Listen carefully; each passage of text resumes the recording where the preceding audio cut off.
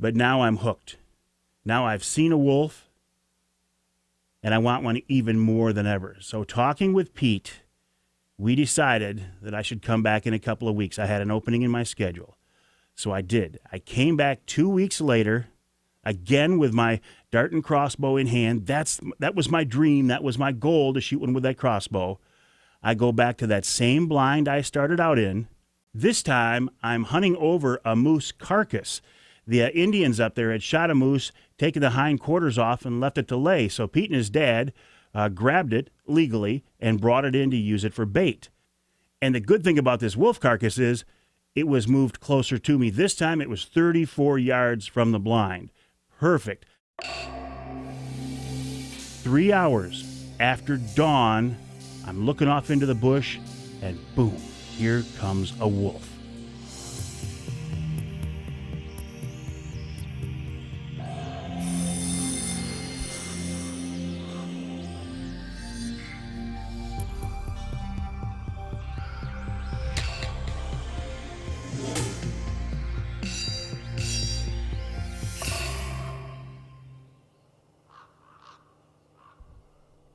This wolf is acting real hinky. He doesn't want to come into the bait, but finally he commits. He comes into this bait, and then he starts to feed seriously. He's working on this moose.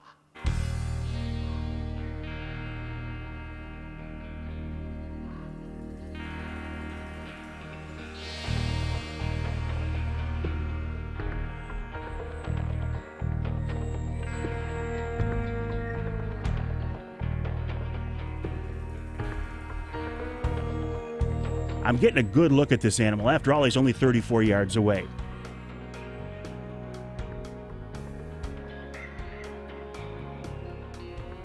My sense was, and I'm no wolf expert, but I felt like it wasn't a big animal.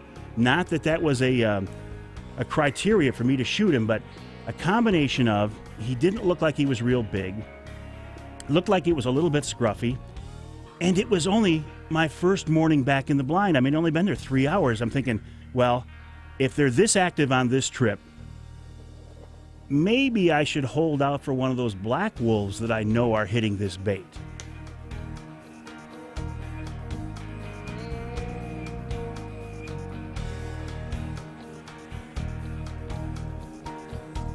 So I sat there and I watched that wolf for an hour.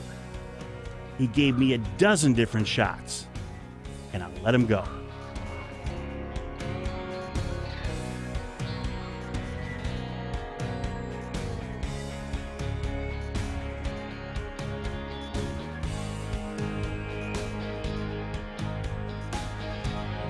Okay, now the question, why hunt wolves? Several reasons for this. I guess the most simplistic is it's legal and it's fun. I don't know why I feel the need to explain beyond that, but I will. Also, it's a means of predator control. There are so many wolves in that part of Ontario right now that they're coming into the cities, and of course that's causing all kinds of problems. You don't want wolf packs roaming through the cities. So the locals there want you to shoot the wolves. The Ministry of Natural Resources wants you to shoot wolves. And on my trip to White River, I was going to do my best to accomplish that goal of predator control. Well, I reluctantly put down the crossbow, and I moved to a new spot, a gun blind. The bait here is about 100 yards away. This is the same spot I saw a wolf on my first trip up here to White River a few weeks ago. Everything feels good. A little warmer this morning, about 11 degrees. A little overcast, spitting snow. Got birds in front of us.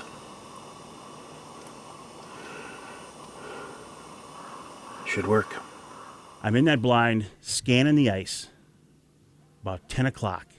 I look up, and there he is. And he's coming to the bait. I get him on camera. I get him in my scope. He gets to the bait. He's 108 yards away.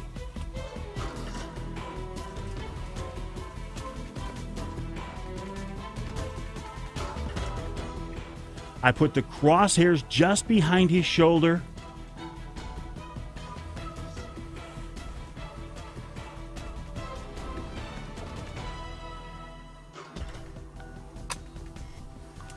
I squeezed the trigger.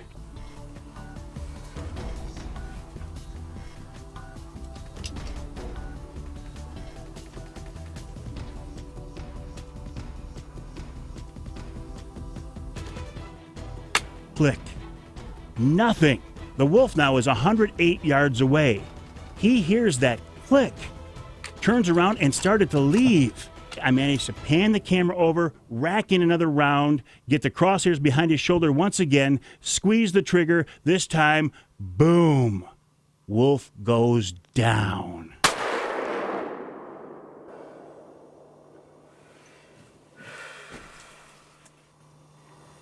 Dead wolf. Dead wolf. What happened with that click? Well, here we go. I gotta tell you, I don't think I have ever worked so hard for an animal in my life and dealt with such tough conditions, cold, long days, but it was worth it. This is he's a male. First wolf I've ever taken up here in White River, with Superior Bear Outfitters. Pete Jones, his mom Peggy, Dad Dave, thank you. And of course, as always, thank you, God, for giving me the patience to sit this one out. We're gonna put a tag in this guy, make everything all legal, and head back for home. I'll tell you what, again, I think I earned this guy, and it feels pretty darn good.